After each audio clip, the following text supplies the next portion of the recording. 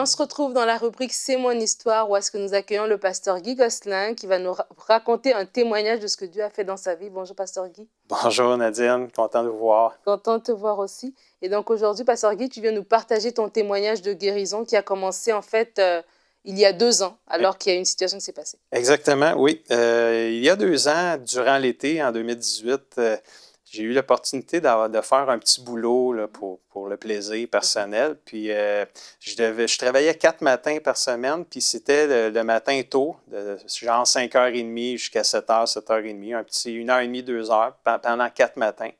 Donc, je devais me lever tôt pendant 4 matins.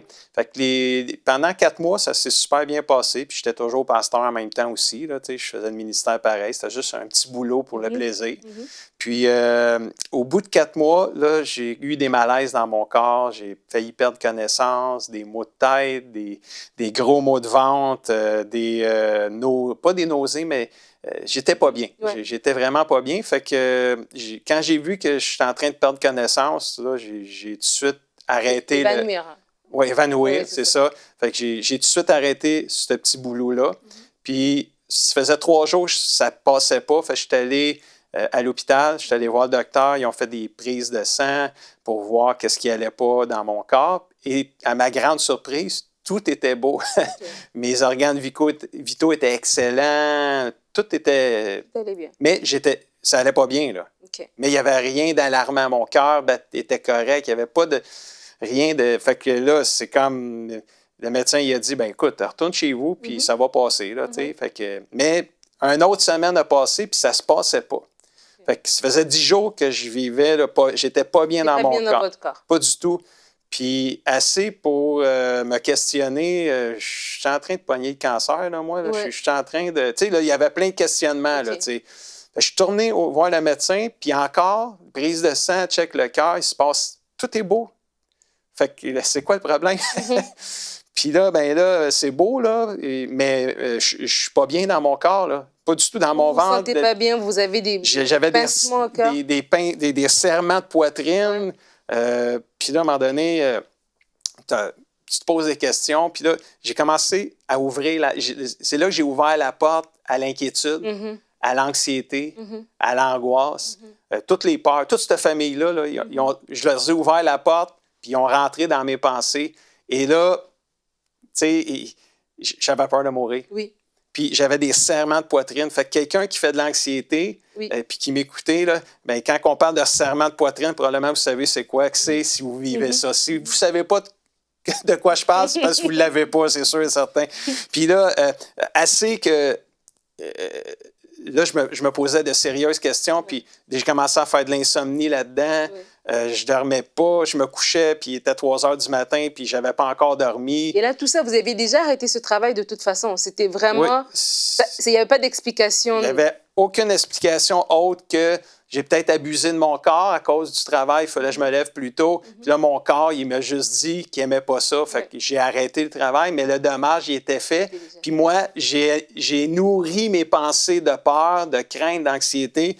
Puis tout ça au beau milieu du pastorat aussi. C'est ça qui est bizarre, là. Puis tu sais, même, je disais à ma femme, je dis, comment ça, je suis comme ça? Comment ça, je suis inquiet? J'ai de l'angoisse. J'ai dit, tu sais, j'aime Dieu, je prêche. Je dis au monde de prier, je dis au monde d'avoir confiance en Dieu. Puis là, tout d'un coup, c'est moi là, qui a comme ouvert la porte à l'anxiété. Puis toutes les peurs, la peur de mourir, j'entendais juste le mot cancer, puis j'avais des serrements de poitrine. J'apprenais, mettons, ma femme, elle me disait, « Ah, Guy, là, cette semaine, jeudi soir, je vais aller dans un groupe maison, je ne serai pas à la maison. » Juste qu'elle me dise qu'elle ne sera pas là, puis elle était là, puis j'avais un serrement de poitrine. Juste me retrouver seul, imagine-toi, quand le jeudi soir arrivait, puis qu'elle partait, puis j'étais seul, j'étais crispé en dedans, là, je ne sais pas si vous comprenez le mot, j'étais pris en dedans, là, j'ai des serrements de poitrine.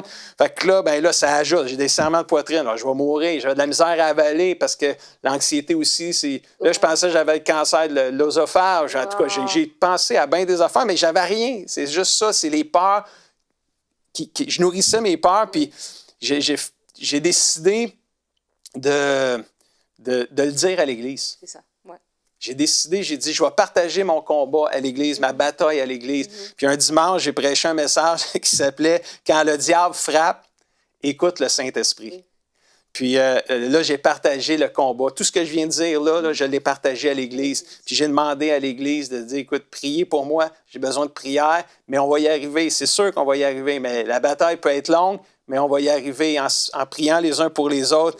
Puis, mais tu sais, quand le diable frappe, écoute le Saint-Esprit, peut-être que le Saint-Esprit veut nous parler, mais il y a d'autres voix qui veulent te parler aussi, dont la voix de la peur, la voix de l'anxiété, la voix de la mort même, du découragement. Fait que là, j'avais plein de voix là, qui apparaissaient, puis je n'étais pas capable d'écouter la voix du Saint-Esprit. Puis, mais malgré tout, tu sais, je suis tombé dans ce piège-là. Puis comme je disais tantôt, tout le stress que je vivais, mon système digestif en a pris pris un coup. Là.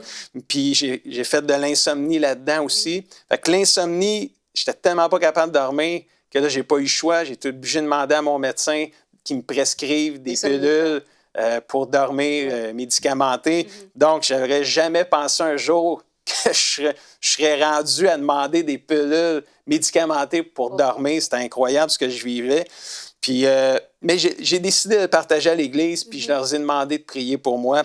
Puis, je veux juste prendre le temps de souligner le soutien admirable que j'ai eu, un de ma femme Lynn, qui m'écoute présentement, et je lui dis merci, ma chère chérie, elle a levé la main pour dire « Je suis présente pour être à tes côtés ». Elle a prié avec moi, elle m'a encouragé énormément. J'ai été soutenu par mes leaders aussi à l'Église, les pasteurs, mes co-pasteurs, mes diacres, mes anciens, toute l'Église m'a soutenu, puis je leur dis merci aussi à eux autres, parce que sans leur soutien, ça aurait été plus difficile encore. Mais tout ça pour dire que personne n'est à l'abri de tomber, que celui qui se croit debout prenne garde de tomber.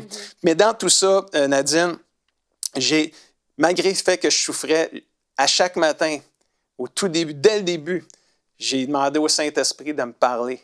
Je me levais, j'allais dans ma chambre, puis avec le peu d'énergie que j'avais, je disais « Saint-Esprit, parle-moi.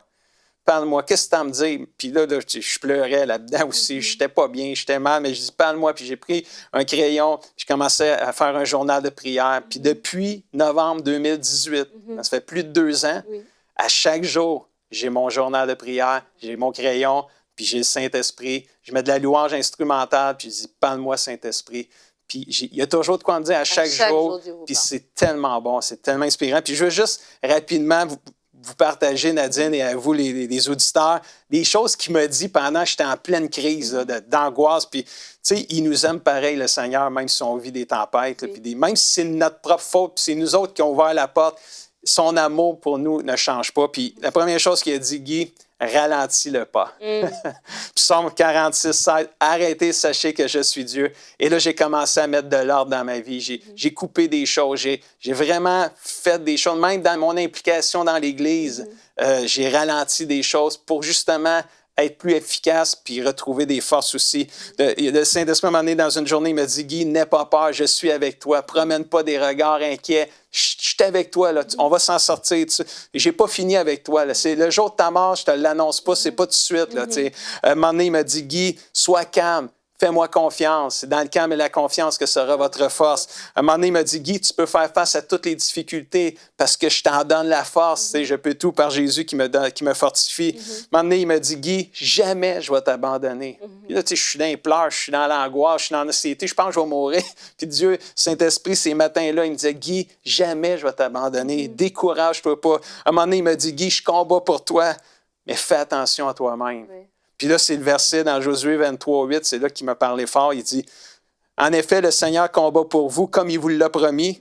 Faites donc attention à vous-même et aimez le Seigneur, votre Dieu. » C'est comme, oui, le Seigneur combattait pour moi, mais il m'a dit, « Fais attention, prends soin de ton corps. » Tu sais, c'est pour ça que j'étais allé à l'hôpital, j'étais allé me faire soigner. Tu sais, j'ai fait ma partie à moi, là, puis, mais Dieu, il dit, « Je vais combattre pour toi. » Mais toi, fais attention à toi, là.